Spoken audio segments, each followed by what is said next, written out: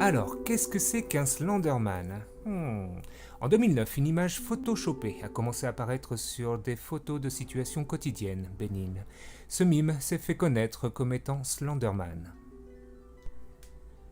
Samedi dernier, la légende de Slenderman a conduit deux jeunes âgés de 12 ans à essayer de tuer leurs camarades de classe avec 19 coups de couteau.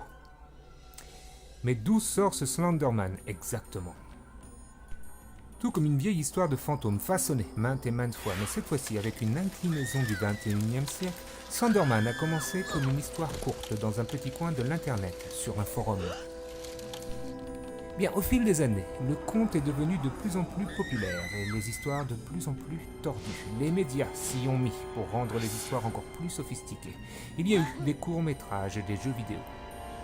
Slenderman est devenu très populaire sur internet et la légende qui l'entoure est devenue supérieure à la réalité, pour certains. Cependant, la vraie histoire est que c'est un mythe d'un mythe conçu à partir d'un canular dès le début, alimenté par la peur de l'homme et de l'inconnu.